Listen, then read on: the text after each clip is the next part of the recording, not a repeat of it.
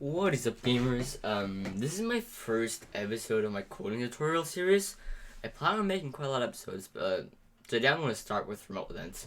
So I'm going to do it for Dinner Quest. It has quite a bad anti cheat, so it's a great game to start on, I guess. So I'm just going to open the game. It's going to take a little time because Dinner Quest is, as I said before, quite a big game. So right now I'm using Synapse as the executor and Froststroke as the remote spy. If I remember, I will put a link to Froststroke in the description of this video if you want to follow along, okay? So, loading is fun, right? Or, I mean, waiting is fun. So, when you run into the game, you want to execute your remote spy of choosing. I suggest using Froststroke because it's quite great, and I'm going to be using this in the video. So, I guess you can follow along. So right now I'm going to get the remote event for using spells.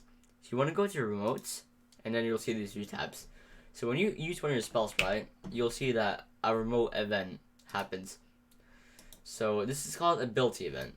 So if you right click on this and you copy and you press get path, you'll see that it says first of all it goes to the players, then the local player. You can it goes to you, but you can just name it local player because that's basically the same thing, and that just makes it so everyone can use your script. So you first want to do that, and then it goes to your backpack, then it goes to the spell, and then it goes to the actual remote event, which is called ability event. So if I right click here and I click on calls, you'll see that there's no arguments, but this is the calling thing, right? Or the name call, I guess. Then you want to do fire server, right? Then you want to press execute. So as you see, my spell got activated, but this is a really bad way of doing it because this won't work with all players. Because some people might not have these spells and stuff. So what you want to do is you want to open Dex. Oh, by the way, this is like a real simple remote event. This is just like a bad way of using a remote event. But you can use it like this. There's nothing wrong with that. Or it's gonna be like only you can use it, and only people who have these spells can use it. But so let's say you want to make it so everyone can use it, and it doesn't matter what spells you have. So then you want to go to the players, since it says game. Okay, I'm just gonna make it like this so it won't actually break the code later. So this is game.players, so that, and local player, which is that. And then it goes to the backpack, right? And this is the actual spells. So it goes to the spells, and then it goes to the ability event. So what you want to do is you want to copy the path of the backpack, right? Then you want to go up here, and you want to make a for IV in pairs loop, like for IV in pair. And then you want to do that. So you want to make it like this. You can also just make this like players, but you don't have to, but it's just easy to look at, I guess. And you want to do get children. This basically just gets these two, because right now, you can think of the children of backpacks, or the children of your backpack is orbs of destruction, right?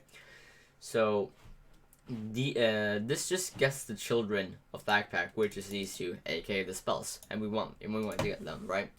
So you want to do right, and then you want to make sure that the remote event is actually in the spell. So as you see, it says orbs of destruction. You can think of orbs of destruction as V, right?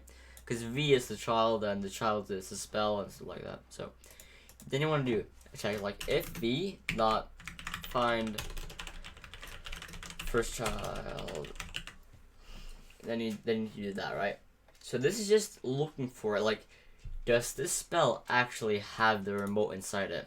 And like, yeah, so you want to get the name. This is called ability event, right?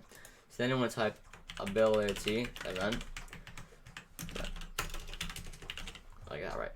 So this just makes sure that, so right now what we made is we have made something that gets both of the spells in our inventory or in our backpack, and then it checks if we have the remote event for firing the spells.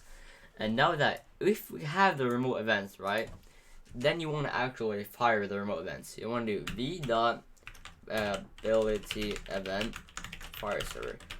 Because you remember, before when you only executed one of the remote events, like one of the spells, so then you also did fire server. So it will only make sense that you also did fire server for these ones, because you're basically just doing the same but in a better way. Okay. So yeah. So if I execute this right now, you'll see that both of my spells worked, right? So if I wait for them to go out of cooldown again, if I, for example, choose another spell, this will also still work, right? But if you did this, because this only gets the orbs of destruction, that means that it wouldn't fire the spell off. So yeah, this is a way better way of doing remote events than this. But I guess you can do whatever you want, whatever floats your boat. So yeah, I guess this is a first recording tutorial video. So if you have any questions, feel free to ask. I'll try my best to explain them. So yeah, I guess that's it for now, gamers. Bye.